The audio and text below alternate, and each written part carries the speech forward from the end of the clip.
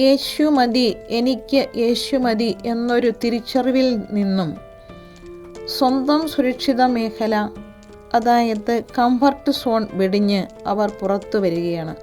ക്രിസ്തുവിലേക്ക് നടക്കാൻ ഒരു കടുത്ത പ്രേരണ. കൊച്ചു ത്രേസ്യ ആത്മകഥയിൽ കുറിച്ചു, ലോകത്തിൻ്റെ വിഷപ്പുകയിൽ നിന്നും ദൈവത്തിൻ്റെ ശുദ്ധവായുവിലേക്ക് ഈശോ എന്നെ ക്ഷണിച്ചു. ക്ഷണം നിരസിക്കുന്നതെങ്ങനെ? നന്നേ പ്രായം കുറഞ്ഞതുകൊണ്ട് കൊച്ചു ത്രേസ്യയെ മഠാധികാരികൾ തിരിച്ചയച്ചു. രൂപതാ മെത്രാനും കൈയൊഴിഞ്ഞു. അവസാനം റോമാ സന്ദർശനത്തിനിടയിൽ പാപ്പായുടെ കാലിൽ വീണ് എനിക്കൊരു കന്യാസ്ത്രീയാകണം എന്ന് കരഞ്ഞു പറഞ്ഞു ഈ പെൺകൊച്ച്.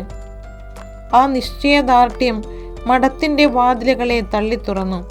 അവൾ അകത്തു കയറി. അതിൽ പിന്നെ അവൾ സ്വയം വിളിച്ചത് ഈശോയുടെ സ്വന്തം എന്നാണ്.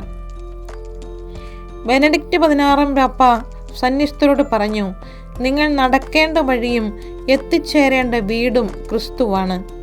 മദർ തെരേസ മഠത്തിൽ ചേരാൻ ആഗ്രഹം പറഞ്ഞപ്പോൾ അമ്മ അവൾക്ക് നൽകിയ ഉപദേശം ഹൃദയത്തിൽ തൊടുന്നതായിരുന്നു. അവൻ്റെ കയ്യിൽ നിന്റെ കൈ ചേർത്ത് വെച്ച് അവൻ പറയുന്ന വഴിയിൽ നടക്കുക. കർത്താവിൻ്റെ കൈ പിടിക്കാൻ കയ്യിൽ ഇതുവരെ ഉണ്ടായിരുന്നതൊക്കെ അവർ വേണ്ടെന്ന് വയ്ക്കും. ഇനിയൊരു തിരിച്ചു നടത്തമില്ല.